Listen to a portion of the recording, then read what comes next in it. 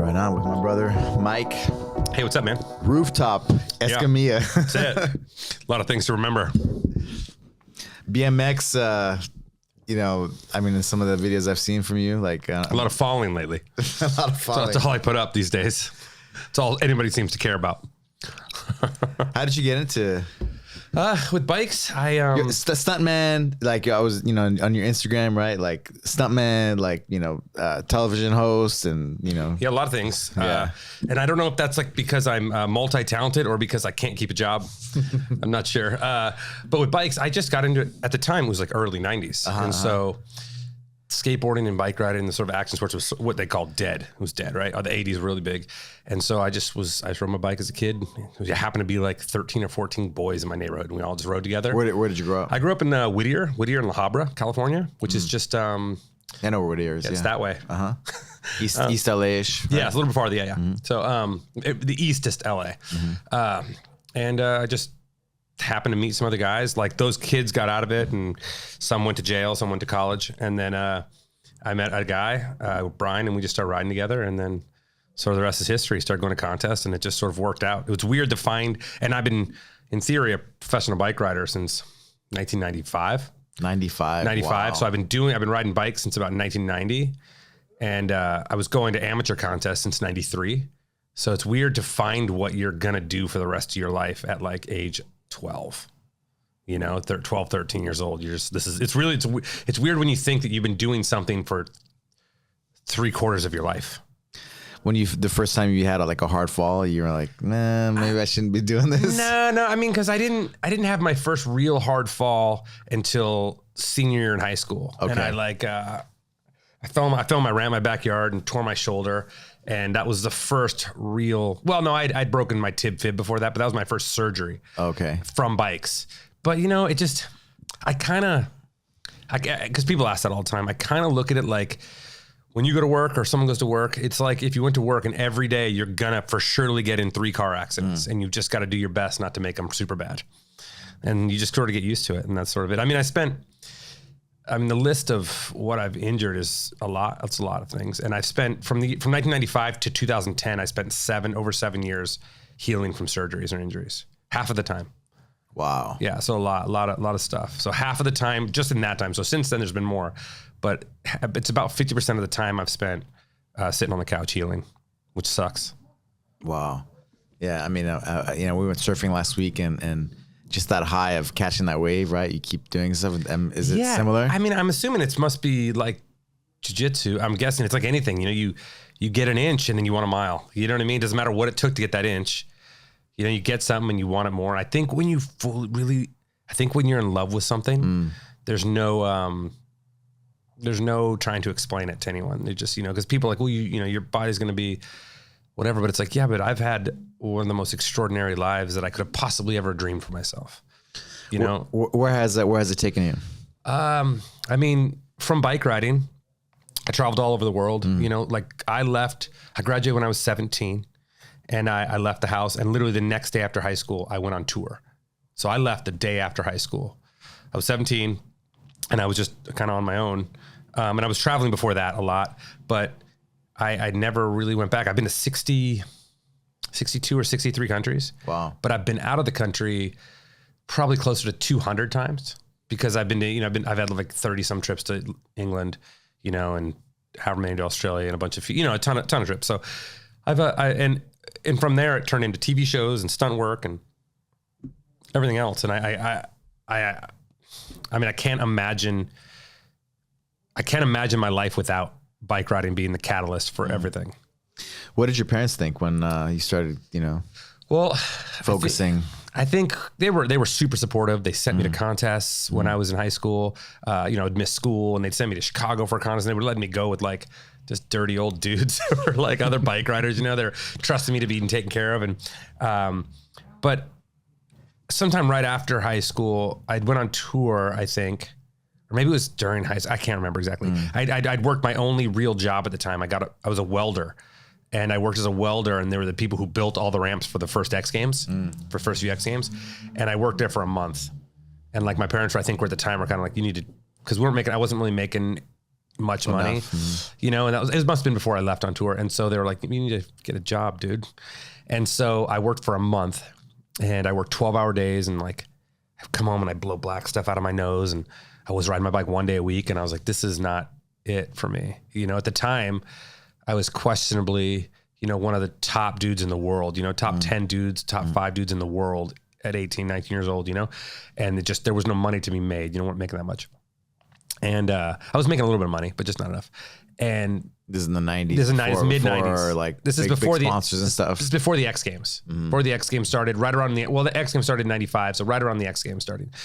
But that hadn't really picked up yet. I didn't start. I tore my shoulder and didn't get to go to the first X Games, and then I was a year to the next one, because at that time it was one a year, and so it must have been in there somewhere.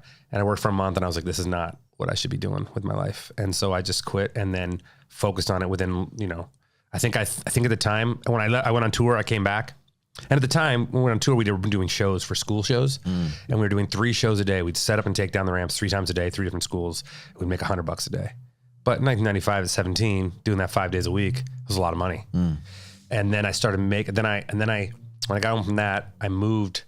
I had started getting paid by my bike sponsor and my shoe sponsor. I made $300 a month from each. And so I made $600 a month. And so I moved the only place I could, Big Bear, and snowboarded every day. And I could rent a place, was about $600 a month. And so I lived with somebody, and I snowboarded every day and rode bikes on the weekends. And that's how it started. And then I went fully committed. I just was like, we're not doing. And then within like a year and a half, 2 years, I was making a good living. You know, I was making, by the time I was 20, which would have been like, you know, 2 years out of high school. By the time I was 20, I was making like $100,000 a year. Wow. Yeah. You know what I mean? You know, maybe like 80 to 100. When did the X Games begin? It started in 95. And then, so I started competing. I was hurt first one. So it's 96. And then there were a bunch of contests there was like a bunch. Okay. And there was a bunch like in Europe, and started getting television. Yeah. So I was, television, and I was just deals. Yeah. And I started doing that. And so, I was riding for Etnies shoes and Hurley and Arnett and Hoffman bikes. And I was, you know, at that time we were doing a bunch of, they wanted it everywhere. So we were doing TV stuff and commercials, and we were doing a lot of stuff. And then shortly after that, we were doing video games and action figures, and it just started blowing up, you know? So it happened quick, and then it goes away quick. It goes away quicker than it comes. Quick, huh? Yeah. It's like the fight game, right? Like 1 second you're on top, and the next second you're nobody. There's a very small window to take advantage of the thing you love, usually, I think, in things that are physical. And I think that when you're in it, you don't realize it. And I'm definitely at a point in my life where more things are being taken away than given to me. And so I had to really shift my perspective, mental perspective, and my ego to allow that to be okay, and really sort of reflect and be very conscious of that, but also like very happy with what I got out of it. You know, it's not over, but it's, you know, there's a part where you have to accept I'm not this guy anymore. You know, I gotta, like, there's some things that I just can't, the juice is not worth the squeeze. How old are you now? I'm 44. And this is the first year since 1994 or something that I haven't gotten paid from a sponsor. So 27 or 28 years, whatever that is, that's a pretty good run. There's not a lot of guys that can stay in it for that long. When did you feel your, like, things changing? Like, what age? I mean, it's different for everybody, right? Depends how you take care, right, of things or injuries. It's mentally for me. I thought there was a time around 2012, 2011, I was doing a TV show, and I was hosting a show and traveling, and that sort of was taking up a chunk of my year. And I think mentally I was focusing on that. So I think mentally I felt like, well, bikes is maybe sort of taking a back seat right now. And then I sort of put out a video part that I thought was going to be my last video part in 2011. I just assumed this will be the last sort of big go. But then, you know, things go on and things change, and then I fall in love with my bike again. I find it, you know, and then I do something else in 2016 or 17, and it's really good. You know, people really responded to it. And so then you kind of feel like you're there, but you're not. But I somewhere, I would say somewhere in the mid-teen, 2000 teens, I just sort of let it go. I let sometime between 2012 and 2017, I let my ego go about it and got back to really enjoying it. And then now it's just, I'm constantly just dealing with injuries, like trying to manage what is worth, because you're going to get hurt riding bikes no matter what you do. It doesn't matter how little. I mean, I sort of have figured out my niche now of like my niche of like what I would like to do where I can navigate it without getting super hurt. Even if I fall, I have a pretty good, my percentage as well. Pretty good. Your BMX break falls. Yeah. Well, I just, I know where I basically almost only ride backyard pools now, which is a little bit more technically hard, and it's scarier. They're hard to do stuff, but you limit yourself on what you can do in there. And so I limit myself on what I can get hurt on. And so, because I can't spend time getting hurt when I have to work. Man, I was in Panama last week, and there was he was a Red Bull. He'd been working for Red Bull for like 20 years, and he wore a Red Bull Renegade shirt. Okay. It's like, I guess in Utah, Moab. No, not Renegade, Rampage. Sorry. Who Rampage. was it? Do you know who it was? Who was the videographer? Who's wearing it? His name was Nate. Oh, okay. But he does the marketing videos. He's a video guy, and so he started showing me videos. It's nuts. And I was like, what? It's nuts. That contest. I'm surprised no one's died yet. That contest. I was like, you got to be kidding me. And I've seen you've seen stuff like with the head cams and stuff. It's not the same. And you're like, it's crazy. Those dudes are straight up gladiators. Dudes fall off cliffs. But they're like aliens, They're doing stuff that is like, there's a few sports in that realm that I deem like where it's another level. That's one of them. Those dudes at the Rampage, big wave surfing. Rampage. Big wave surfing's one of them. Big mountain skiing where I think it's the one time in some of these sports that you are not that you're not in control, but there's a monster chasing you. Like you put yourself in a situation where you have to let go a little bit. You know what I mean? Where a lot of these things, you see people doing stuff. It's not in your hands. Yeah, it's a little bit out of your hands. You know what I mean? You're trusting completely on skill. There's no pulling out. Once you drop in, there's no exit. A lot of these things you hit the brake, stop, okay. But like all those you can't. Once you go, you're in. I saw one. He blew out the tire and still stuck the landing. Yeah, dude. There's ones where dudes fall off like 40, 50 foot, 6 foot cliffs and tumble down them. Like dudes get broke off there. But also, I know there's people who think like, well, why would you do that?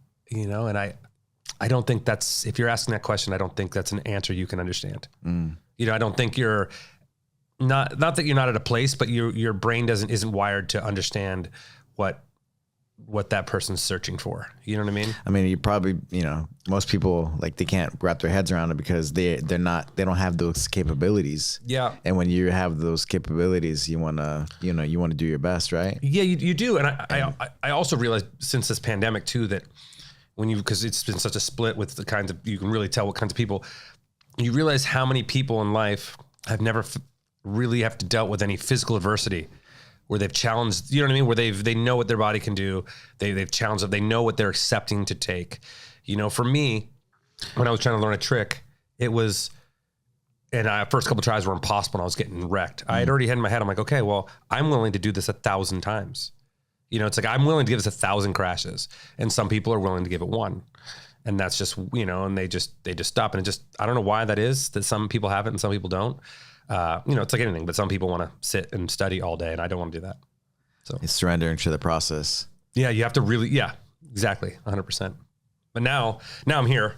I'm 44. I'm a little busted up and no, but it's crazy, right? Because most people never go for it, right?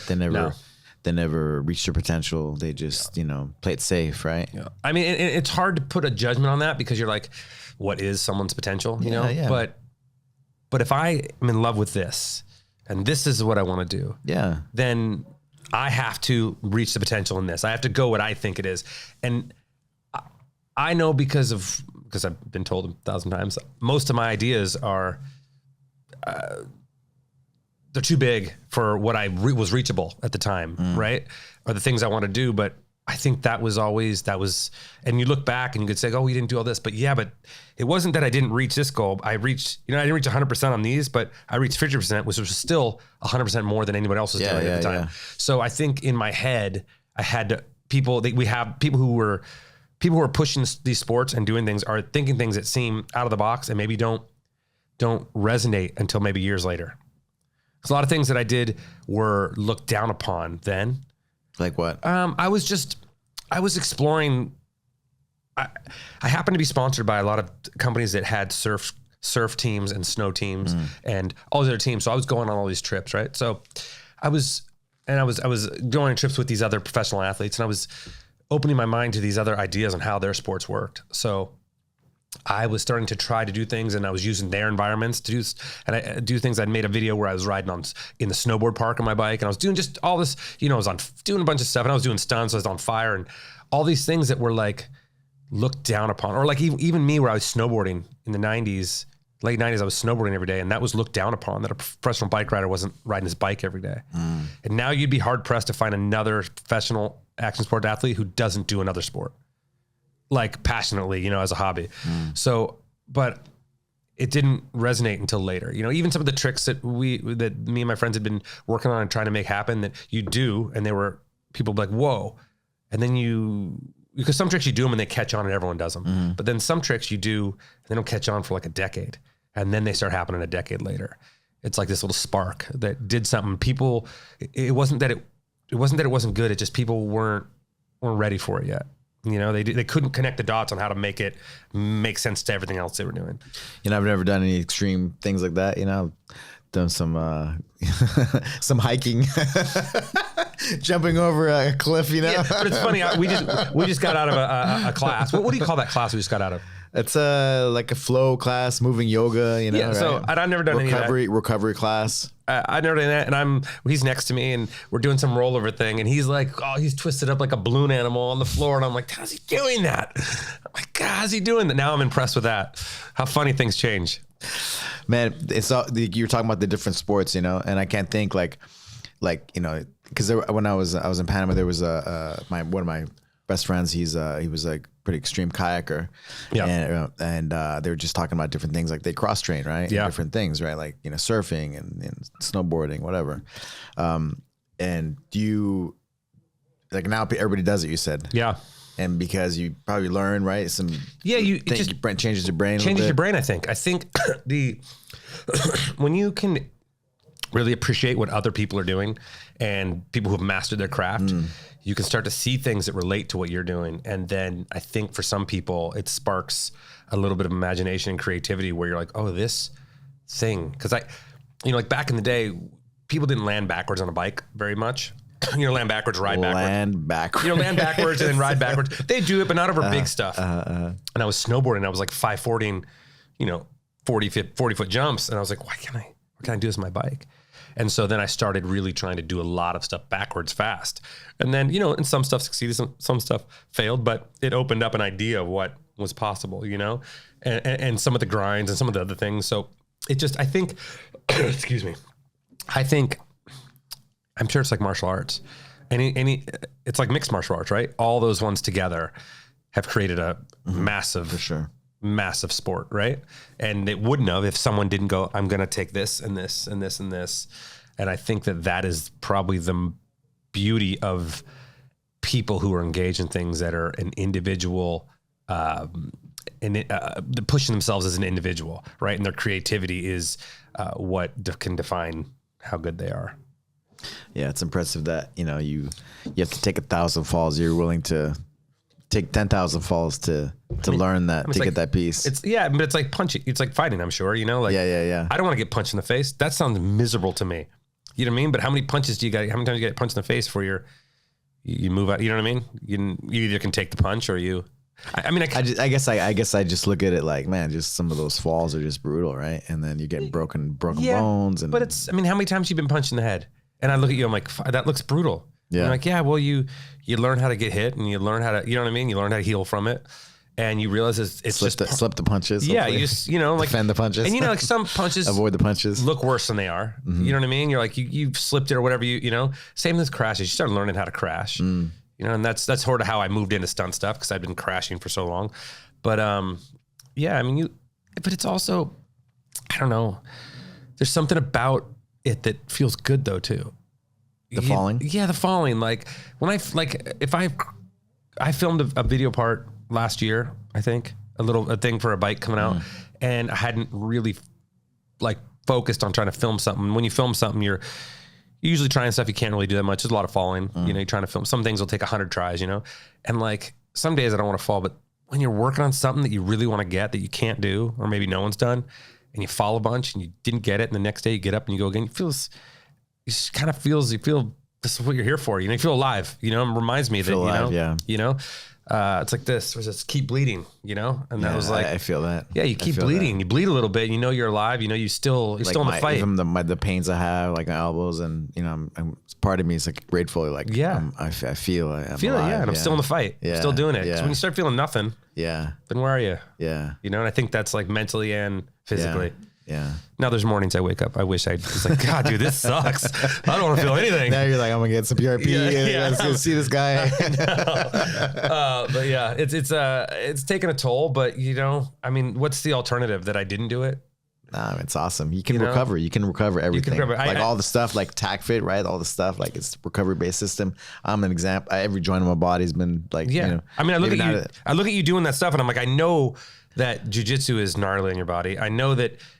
All sorts of, if you're doing anything physical and I see you, like I said, wrapped up like a balloon animal on the ground, I'm like, God, dude, I got to get there because what's happening now, like this, I hurt my knees, my back a couple years ago. And then the pandemic happened and I sort of, instead of moving, I stopped moving. And now I'm in man, to so many of us, right? And so now I'm trying to get out of that. And this has been the last 6 to 8 weeks with you guys and Robert has been, I've gotten 50% better.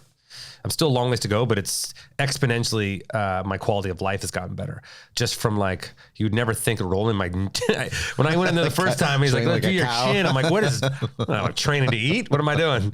But it's all connected and it's, you got to move your shit, right? And all your joints. And I want to be very committed to it. It's harder as you get older with all your responsibilities, but I'm here at your places every day almost, whether it be my daughter or me, which is, I can't tell you enough. I know this sounds a little self-serving yourself, but the community you've created here in Burbank I can't tell you the respect that I think I and everyone here has for you and your family. It's really wonderful what you guys are doing here. It's like, it's what I think when you think, well, you want a community to live in, and you want the police to wave to you and, hey, Bobby, and it's like, you've created that here where people, people are friendly and they're happy to come here and they, they're kind and respectful. And, I literally, my kid can go to school, I can eat and we can do jiu-jitsu and I can train and stretch and I never have to go home, which is good. I think you need to do a season pass so I can get some discounts here. You're one of the first customers at Acai, right? Acai Jungle. Yeah, I used to come Cafe. when it was a stand, cart. Yeah, the cart. Yeah, I saw it and I pulled over. I'm like, I'm getting some, and then I came as much as I could. So I'm like, I'm like, whatever I can do to like make sure it stays here. I'm like, I would get it even when I didn't want it. I'm like, I just know if I keep buying it, maybe it'll turn into something else. I was afraid it was gonna close down. Well, I appreciate you, man. Thank you for I'm stoked all the support and just the pandemic was crazy, right? But like it's crazy. It kind of brought us closer together. A lot of us too. I think it brought a lot of us close together, and a lot of people farther apart. Yeah. Which was sad, but I think I'm accepting those lost friendships. Now, and just you accept it as like you can't be mad at people. You know what I mean? You can't be mad at people for fear. You can't, you know what I mean? Fear is a real emotion. You can't be mad at people for emotion. You just got to be like, okay, this is where you're understanding at. Understanding. Yeah. That's it.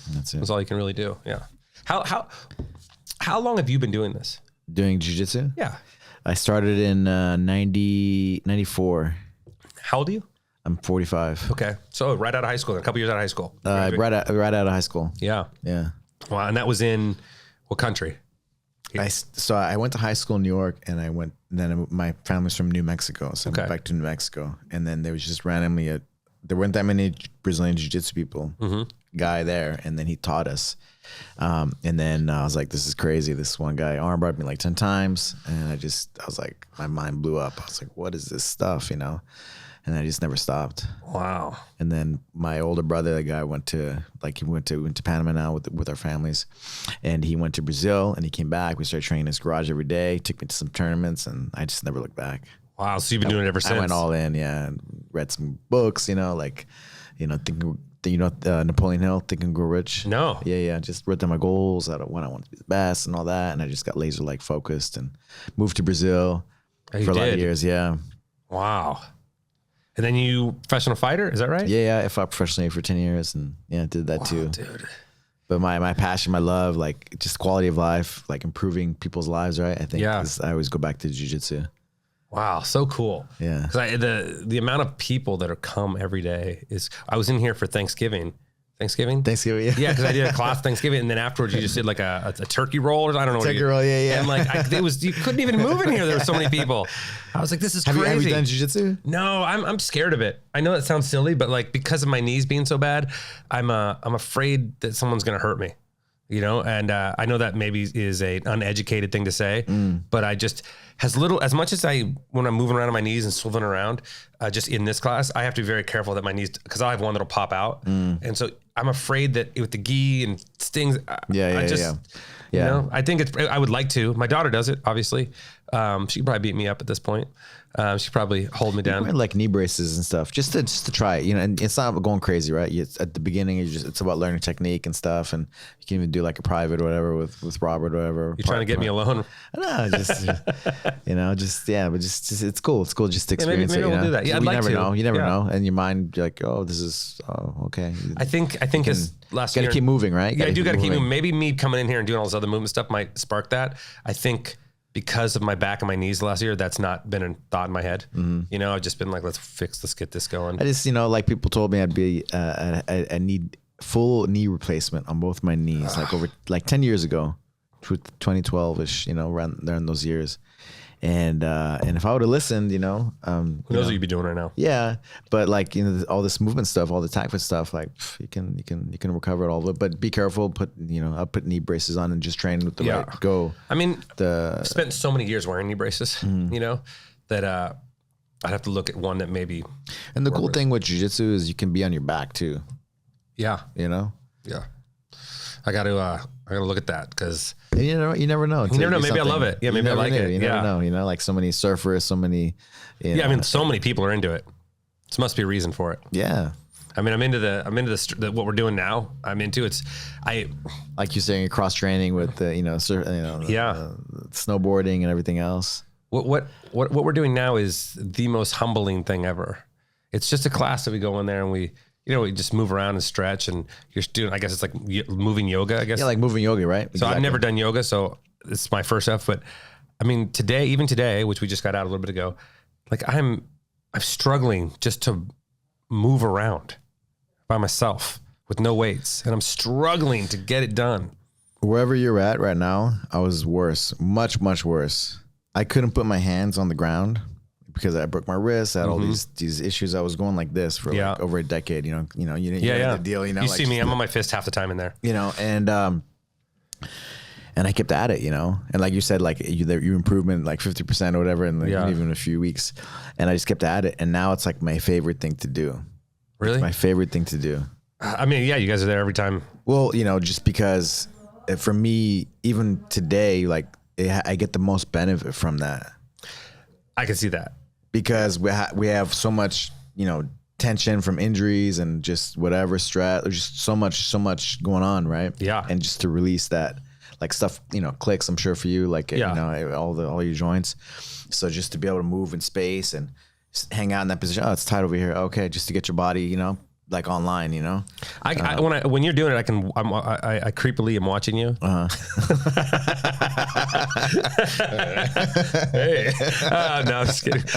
No, but I see you because sometimes I'm, you know, because we're going through the movements, and I'm sometimes I just find myself I'm just going through the movements, and then I notice that you're sitting in some of the positions and doing these things. I'm like, oh, that makes more sense. Like you're getting it's not just the movements, you know what I mean? It's putting yourself in that position and hanging out there, finding where it needs it.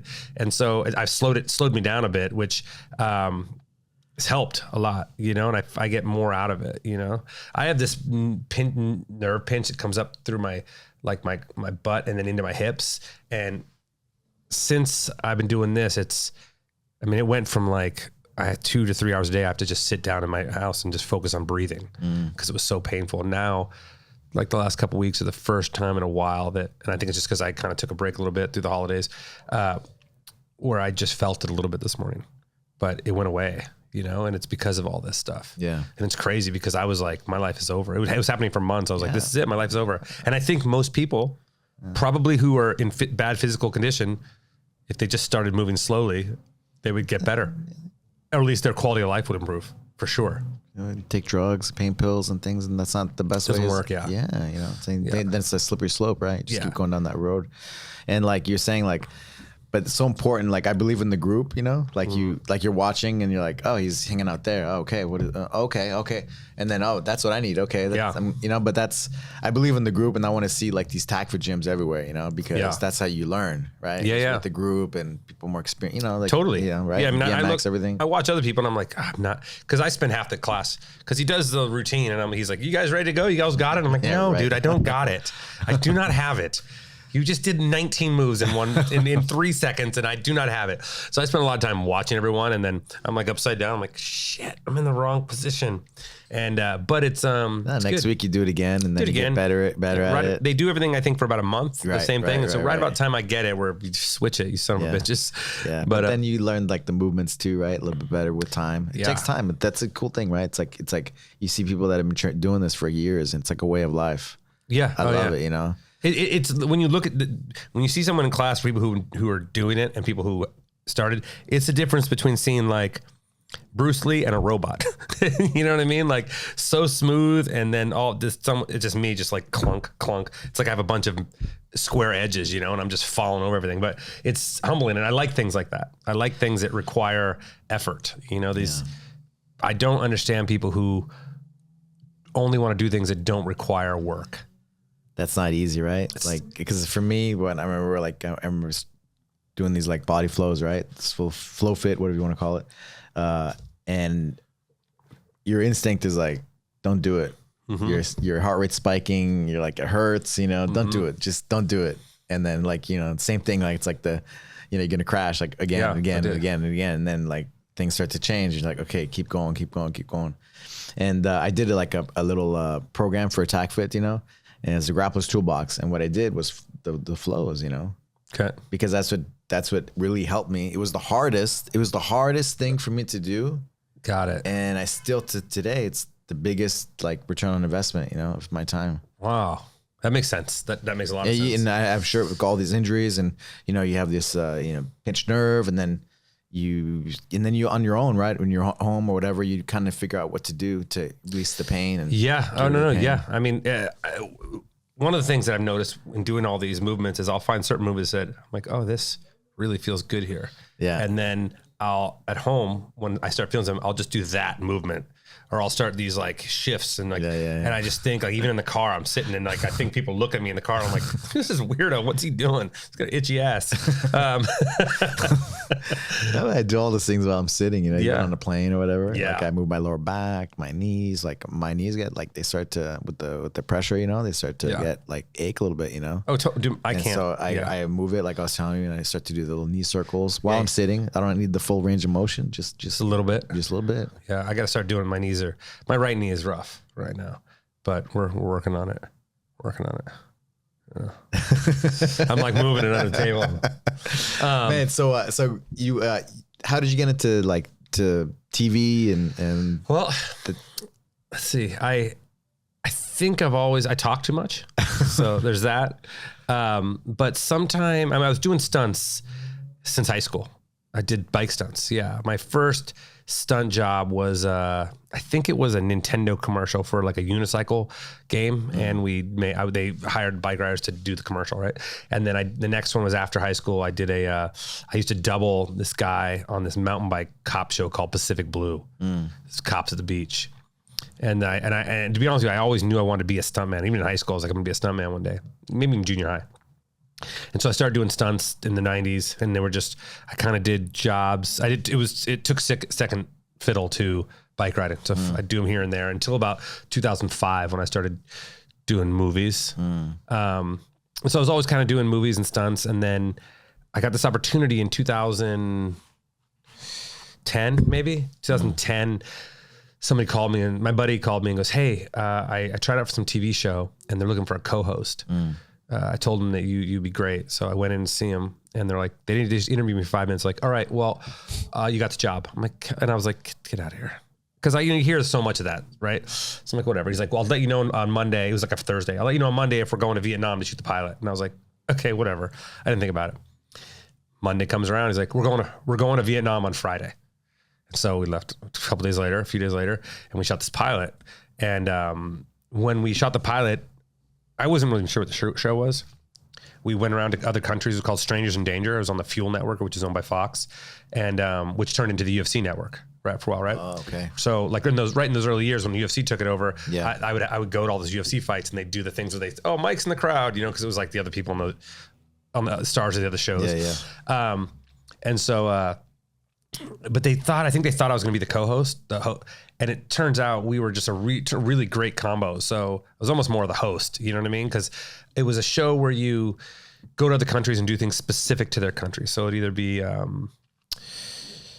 like jobs or traditions, rituals, eat their food, cool. And so you do all these things, and people would compare it to Anthony Bourdain, huh? Yeah, worse than that. People would compare some of it to like Jackass. Jackass and Anthony Bourdain mixed. Yeah, but it wasn't really Jackass, because Jackass is like jetpack kayaking through the city. Yeah. These were all things that people were doing, and so, but I happened to have. I didn't think it was that big of a deal because I just assumed all my other friends are gnarly, like everyone could do everything. And then when the show aired, everyone was like, I would never do that. So I realized I had a unique skill set where I could kind of do everything good enough to suck at it, like good enough to get hurt, which is all you really need for entertainment, and I can eat anything. If you Google 10 most dangerous jobs in the world, I think I've done 9 of them at the place, and I've eaten every single. Strangers in Danger, yeah. Strangers which is different than Danger. Stranger Danger. That's like that's very different. Is that another show? That's a show that involves a bus with no windows. I realized I could do, like, you know what I mean, and I could also stand on a wire 2,000 feet in the sky and deliver lines. So, I don't have that sort of. So so we did a few seasons of that, and then I did seasons of some show on NBC, and then on El Rey. And this is a little bit of trivia. Before that, which is probably how it came about, I was on a couple seasons of LA Ink, that tattoo show. And so, because I was really good friends with Kat Von D, and at the time I'd moved to San Diego, and I was staying in her house half the week doing stunts in LA. And so she's like, hey, will you be my roommate on the show? And so I was on a season and a half of that. And that was my first sort of introduction to, I guess, I can make money, I could do TV shows. I was like, they wanted me to be in one episode. And then after the one episode, they asked me to be in the entire season. And then they made me then it was like I was in part of every story on every season almost.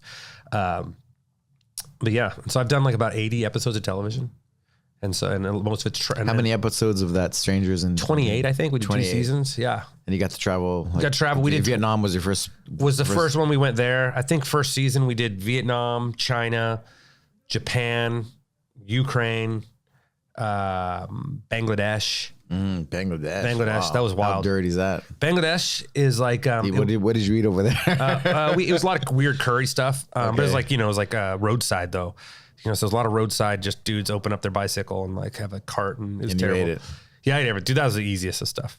That's easy stuff. But Bangladesh is the one country that I felt a little guilty being there because we were making a show about stuff, but it was so poor. Like if you know what a dump looks like, picture like a landfill with like roads carved out, and then you know what I mean. Like that's what it was gnarly, and then you meet these people that are the poverty. It's happy Like one of the things we did was, and I may have some of these numbers wrong, but if I could try to remember, it's like there's 5 or 7 million, 5 million people in Dhaka, which is the capital, and I think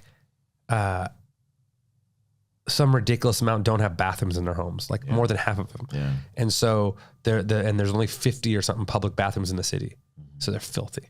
So we cleaned the bathrooms. That was one of the jobs. We worked as sanitary workers. It was terrible. My friend's puking the whole time, and it's terrible. I could show you, but it's terrible. The cleaner we used, the cleaner we used, you'd put on it was like this powder, and when it mixed with the water, it was so it was so gnarly that it was melting our gloves that we were using. It was gnarly. So Bangladesh was a tough one, but we did we did a lot of places. I mean, we went to South America, went to Colombia, we went to I went to Chernobyl. Went to Chernobyl. Wow. I got banned from Chernobyl for 5 years. Yeah, not that anyone wants to go back, but I got banned. Because we snuck our bikes in, 'Cause you're not allowed to bring, and you're not. And he went to the radioactive. Yeah, area. we rode around our bikes, we run street riding in there, and like the whole town in there, and then we locked up. You guys have seen Call of Duty? There's a famous Ferris wheel in Call of Duty and in Chernobyl. I've seen the videos and documentaries and stuff. Yeah, so the Ferris. So we have 2 bikes that we locked up behind there. So there's 2 bikes locked, but they're probably moved now. But so we got banned for 5 years. But we went on like drug bus in Colombia with the military. Drug bus. Yeah, like we flying over like, and then you see the dudes just going to these out in the middle jungles. We did drug bus. We did like, we trained with like the, not Israeli, with the Lebanese special forces. You know, like there's one where I stand like 40 paces. They have an M4 and he shoots balloons all around me. And then I turn sides and he shoots a balloon out of my mouth. Like, yeah, like we did a lot of gnarly stuff. Like we fought bulls. Another one in Mexico City. In Mexico City. In Spain?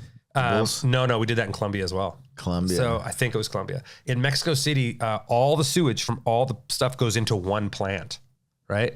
And so there's what it looks like, the trash compactor looks like from Star Wars? Right. Imagine that, but 20 feet deep.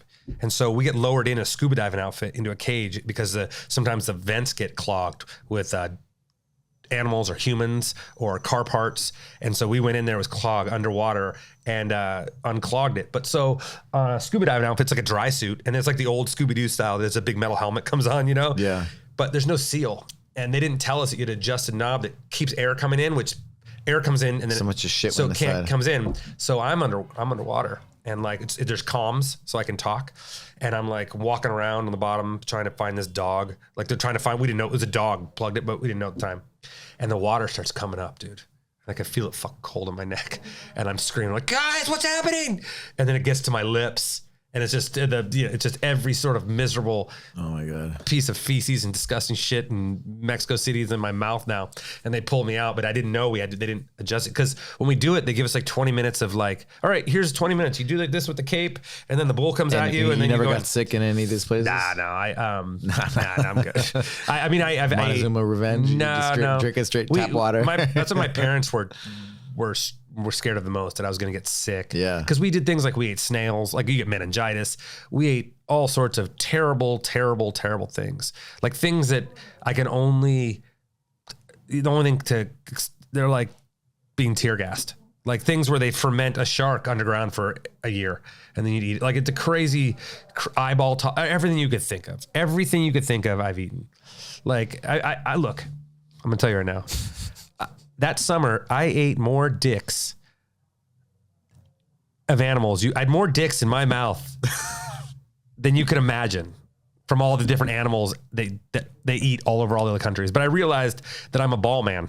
The balls are delicious. The balls are delicious. I'm a ball man for sure. There's nothing more tastier than some cow balls and some Chinese street meat. Is that what they do in China? China, even in Texas, they do it. But China, they do it a lot of places. But here's another one that's disgusting. If you want to lick a laugh, in Italy, we worked as a semen extractor at a pig farm. Pig farm. Yeah, so you have to manually extract semen from a 400-pound pig, and it's terrible. It's a terrible job, but these are jobs that people do, and it's shameful. And yet satisfied for the pig. But we got, it's one of these things where people are like, I can't believe you did that. I'm like, yeah, but man, at the end of this, I'm going to have some good stories to tell, Oh my God. I haven't even seen it. No, it's just the fact, right? Yeah. We did so much stuff that I can't believe that we were insured to do it. I mean, in Vietnam, we went out with, I wish I could remember the name.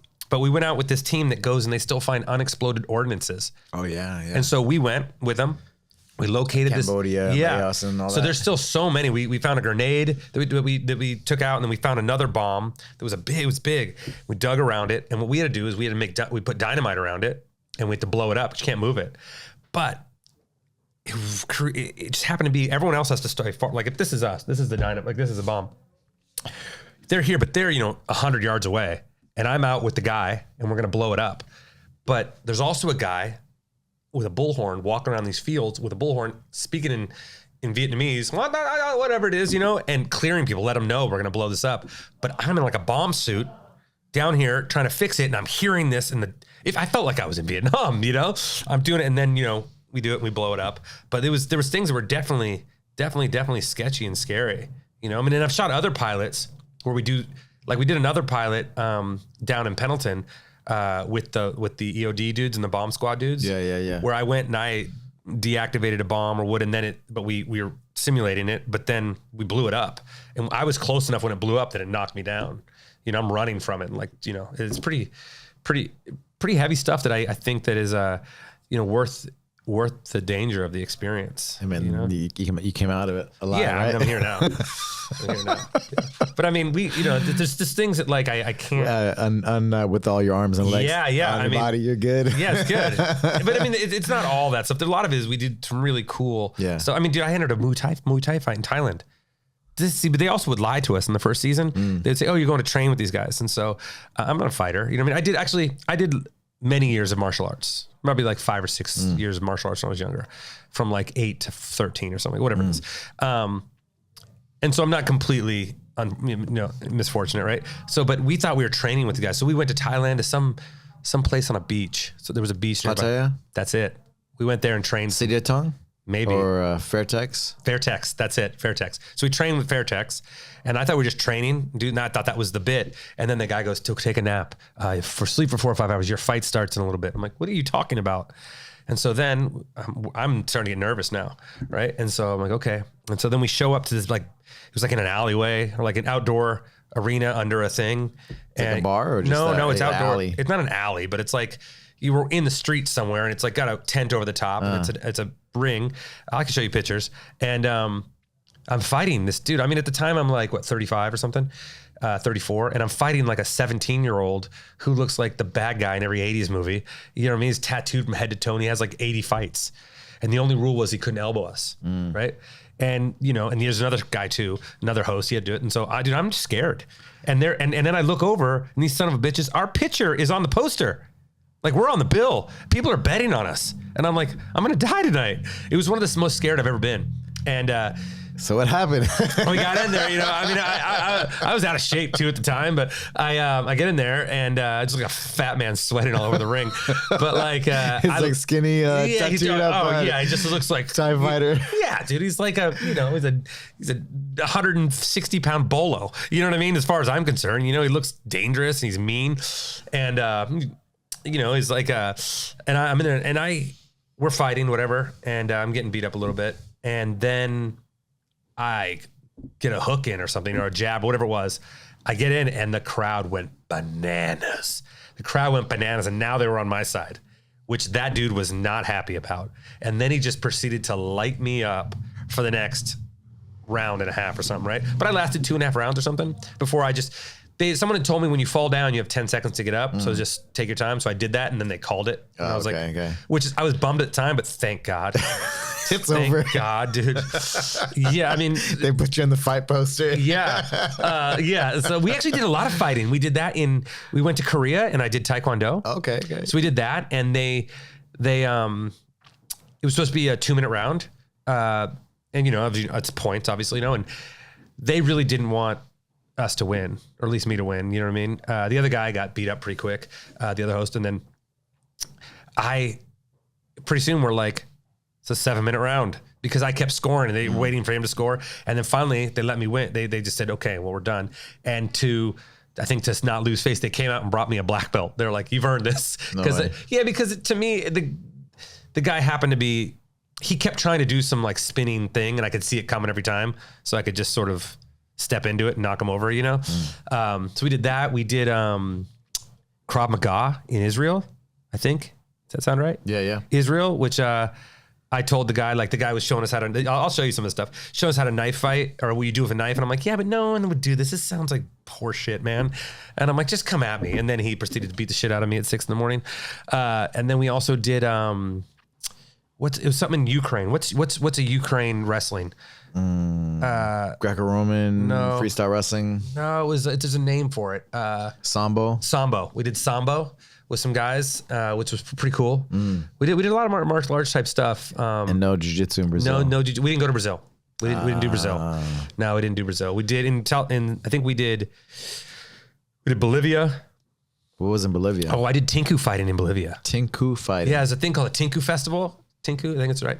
And it's where I think everyone drinks and gets drunk. And then you sort of wear these outfits and then you fight until someone bleeds and then then it's over. It's not like a mean thing, but it's not really like a thing. It's more like you kind of like arms, head down, smashing. And so we did Tinku fighting. We also went like natives, it's like a native thing, yeah.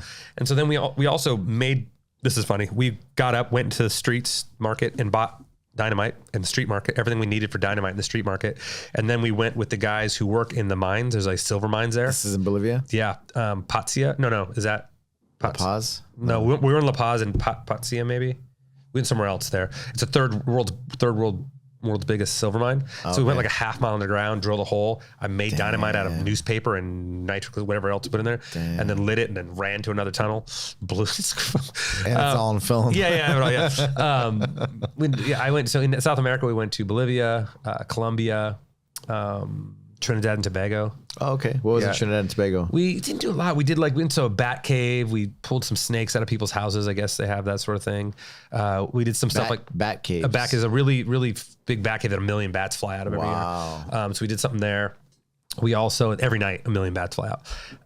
We did a thing where we walk on glass, like broken glass, right? For the carnival. They have a huge carnival there, so there was Trinidad. So we sing where we walk on broken glass, and so, but also, I remember Trinidad has the HIV population is massive there in Trinidad. Yeah, we were told that just to be and so the person showing us cut his feet and there's blood all over the glass. All the thing is like, okay, your turn. I'm like, I'm not walking over that now. Oh my God. So we had to make new glass, which was more dangerous because their glass had kind of been worn down a little bit. Oh my God. And so then I walked across and of course it cut the shit out of my feet. But yeah, we did that. We did a lot of stuff, man. We did we went everywhere. That's crazy. We went to Cuba. Oh dude, I boxed a gold medal boxer in Cuba. I forget his name. And I trained with Perillo. Down at Ruka. So I was nervous about that. I'm like, this is the second season. I'm like, I'm not getting beat up by this dude. And because I was at the point where I couldn't get hit in the head anymore because too many concussions. I was like worried about it. And so I trained with Perillo for like a month or something. And I wish I could remember the boxer's name, but he was a gold medal boxer in one of the Olympics. And I got a couple shots in, and then he punched me so hard in my chest. I swear to God, dude, my heart skipped a beat. And then that was the end of that. But knocked the wind out. Yeah. It was more than the wind. It stopped, But it was stopped the heart. But I did beating. Yeah, totally. But I did it right. I you know what I mean? I That's crazy. I danced around and evaded enough to where I didn't just get my ass kicked. I wonder what they would have made you do in Brazil. I don't know. It would have been rad to do more seasons, but then the network went away. Fox sold it, turned into Fox Sports 1, and then it just sort of went away. Kept on. That was confusing, all those Fox numbers at the time. Sports, If this show would have been on a different network, it would have been a massive show. It would have been a massive show. Which whatever. It worked out good. Still got to do it. Yeah, it's good. But I mean, again, I can't. It just everything leads to so much, and we also would go over to. I've been to the Middle East like 15 times to do stuff for the troops. So we would go over to over to see the bases in Iraq and go to Kuwait, Qatar, Djibouti, some other island, I forget. But I've done that a ton too, and we've been on the base when bases gets bombed. We've been shot at in the planes. I do evasive maneuvers. Did you go to Afghanistan? I didn't go to Afghanistan, just Iraq. But Iraq, I went to 10 or 12 bases in Iraq a couple times. So we got to we got to go out with the EOD dudes there, and they blew stuff up for us. And we do get to do cool stuff, But it's all that stuff is risky, I guess. It doesn't feel risky at the time, but you look back, everything's a risk. But it's like people are like, at what cost is it worth it? I'm like, I don't know. What cost is it worth doing nothing with your life? Yeah.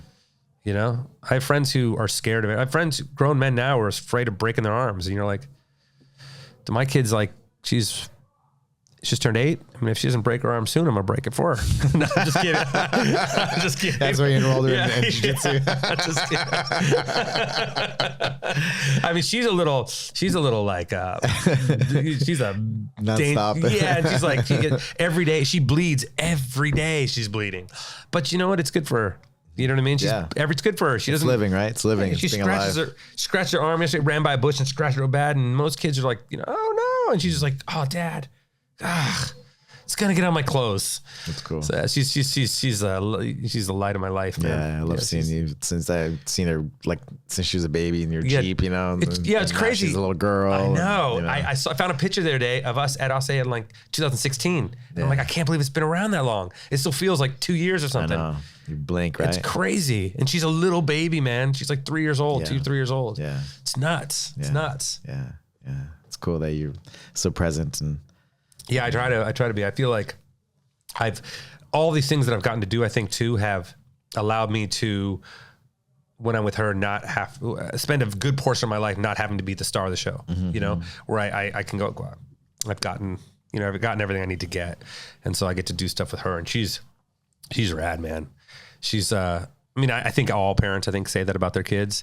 But like, dude, she's rad. She is, yeah. Just kidding. No, she's, and you only see her here, you know, but she's, you know, at home, she's just she's so funny, man. She's like, I try to explain people to her. She's like a cross between Punky Brewster and Bill Burr. You know what I mean? She's like cause stuff she says is like a little too dickish sometimes. I'm like, what? This is mean. But she like knows it's funny. It's pretty funny. It's good. It's good. Yeah. Man, what are you grateful for in your career when you look back? You know, it's been a lot of years, and you've been traveling and doing crazy things all over. I think I'm grateful. I mean, obviously for the opportunity, you know, but part of it is I feel like that. You ever seen that Snoop Dogg clip where it's like, I'd like to thank me for working so hard. I'd like to thank me for showing up in the morning. Yeah. Part of it is like that a little bit, you know. I was just watching it this morning on those reels. And stuff, yeah. Part of it, thank me. Yeah, I'd like to thank me for working so hard. I'd like to thank me for never taking a day off. I'd like to thank me for bleeding in the backyard. I want to thank me for getting up again. You know, part of it's that, but I think I'm thankful to have the parents I had that allowed me supported you to do that, you know, and didn't force me into some idea that they think their kids or the right way to live your life is. Because, I mean, now I have a very unique life I've gotten to live, and that wouldn't, obviously those things don't work out for everybody, but they're definitely not going to work out if you don't give them a go. And I think my parents allowed me the space to give it a go. And that's what I think that's huge, right? Yeah. So. Yeah. You know what I mean? That, and hopefully it's something that I can pass on to Luna. I think that's probably the thing I'm most thankful for, because without that, you know, they could have forced me, not forced, but they could have forced an idea of college and some sort of like stable job. I could be a plumber, which is nothing wrong with that. Some days I wish I just had a 9 to 5 and I could do it, but you know what I mean? It wouldn't have been, it wouldn't have been what would have happened. I mean, everything they allowed me to do has shaped me in such a way that I've been able to experience the world. And I think genuinely look at the world differently than most people are able to. Even like in this during this pandemic, it's like most people have this idea of what is going on, and it's hard. Obviously, everyone knows it's really hard to know what the truth is these days. Right. But if your world is just Southern California, then it's a little bit easier to get a very grasp on what you think the world is. But because of all the places I've gone, and because all my friends all over the world, and I get to speak with people, and it feels a little bit that world's a little bit bigger, and so you can get a little bit more views. It help you form an idea of what you hope is, you know, something closer to what's going on. And so I think that's one of those things, you know. What's you know, all the stuff you've been through. What's like the legacy that you want to, you know, looking back? Oh, legacy is a hard word to, hard idea, I think, to explain, because I think as part of it, that's your ego. And then part of it, you know, you want to leave something behind, I think, but at the same time, I don't want to let myself down either when you stay what it is. But I just think that I was 5 or 6 years ago, there an article. One day I just skip it. One day I just all of a sudden I was on Instagram and I realized I was getting thousands and thousands of followers. And one day I'm like, what's happening? And then someone sent me, goes, dude, you see the article about you? Like, what are you talking about? He's like, Rolling Stones put you in an article, and I don't know anybody at Rolling Stones, and they did like 100 best Instagram accounts to follow, and I was number 99, and then they called me a true Renaissance man. I never thought of myself like that. And I think if I had to leave a legacy, that might be it. Like a true Renaissance man who explored enough things to really open his eyes to see and experience enough things, and also, pushed it on to Luna and my kids. So I think that might be it. I think it doesn't need to be, because I've done enough things where I've realized they don't matter. I broke and set some world records in 2005, and I thought it was going to be a big deal. What? At the time, it was the longest backflip on a bike, and then the longest 360 on a bike. I think it was like 60 some feet and 50 some feet. At the time, that was the longest one, right? That was 16 years ago. But I thought like that was a big deal, world record. And then it came that week, and then I never thought about it again. And then a couple years later, I found these envelopes in this stack of paper, and I opened the envelopes. It never even been opened. I'm like, what are these? And they were the certificates for the world records. And I realized that these things that I accomplished they mattered so little to me. I never even opened the mail I never even opened the certificate and so I realized that my accomplishments are very compartmentalized into sections of my life. And I have these things I want to accomplish, and then I do it and it's gone. And doing it's gone. It doesn't feel like I'm building up to like, oh, I've done all these things. This is my resume. And so I think when I look back, it doesn't feel like I have a huge resume of things. It just feels like all these things I've gotten to experience that were either good or bad or in between. And so I think for me, that might be it. Like the legacy that he was more than just one thing. It's like when someone says like, oh, Kanye West, I had this argument with someone, Kanye West is so talented. I'm like, he does one thing. There's one thing. He might be really good at it. He's a rapper. Someone could say he's a designer, but he hires designers, But like, maybe Kanye's not the best example, but you're like, I can appreciate when someone masters a craft. I'm really, I really have an affinity and respect for that. But when you can master many crafts and you start, when you start talking about the most talented people, you're like, look at these dudes who do all these things. When you start talking about like the most talented athlete in the world, I don't think like someone will be like, well, LeBron James or whatever it is. I'm like, no, I think of like dudes like Bo Jackson. Yeah. Or, you know what I mean? These Deion Sanders, dudes who like were professional athletes in 2 different sports, 3 different sports, dudes who were good at things. Like when I think of like all-rounded. Yeah. When I think of like Kanye West, I'm like, I couldn't be as untalented as him on any given day. And that doesn't mean he's not really talented or a genius. That's not what I'm saying. But like at the time when we had I'm a professional bike rider, I'm a stuntman. I was acting. I can fly wingsuits. I can, you know what I mean? I can wrestle bulls, you know what I mean? All these millions of things that I'm good at, and like decent at, where you're like, and some of them I'm world class at a time in my life, that's a fair thing to say. Yeah. And so for me, I think looking back and being able to feel like you have all these different lives feels like an accomplishment, instead of just, I woke up and did the same thing every day for 40 years, which I feel that, which to me is like soul crushing, like, and there's nothing wrong with it, but for me, right. it's just, there's no better way to just steal every piece of your soul. Yeah, I feel that with jiu-jitsu, and then I got to fight MMA, even though it's similar, but it's not. It's very different. Yeah, for sure. No, I understand it. But even like I even look at what you do here in these 3 buildings. You're like, well, you've got jiu-jitsu, you've got a restaurant, you've got a school. You know what I mean? You've got the podcast upstairs. You know what I mean? I see you going on trips. You're doing this and you're doing that. And your surf trip. You know what I mean? So to me, like your life isn't consumed by one idea of what the only interest and it shows. And I think that's that's a beautiful thing. And I think more people should just pay attention to what's around them. And especially because I feel like everyone, especially young kids, and with all the digital world, everyone's peripherals are just going like this. Yeah. They're not seeing, 15 seconds or 30 seconds. Yeah. And people don't like, it drives me nuts when one of my biggest pet peeves is people who are unaware of what's going on around them. They're walking through the world just like this or whatever, and they just don't realize that they've cut off 4 people, almost got hit by 2 cars. So I think, opening your eyes, I think we're going to lose that more. Yeah. Especially with the digital world, metaverse is coming. So I think people who are doing more are going to shape those worlds. Yeah. It's good. Well, so. Yeah. It's good. It's good. Well, thank you, man. Thank you for your friendship. Dude, thank you. I appreciate Thanks everything. for always. I love always talking to you, and there's always some crazy adventure. But, every time I speak to you, man, that's happening. That's going on. I love your family, man. I really, like I said, my whole family loves your family. So it's we'll support this place until we can't, or until I run out of money or you get a better season pass. But yeah, I appreciate everything, man. And thank you for having me on today. Thank you, brother. All right, man. Have a good one. See you.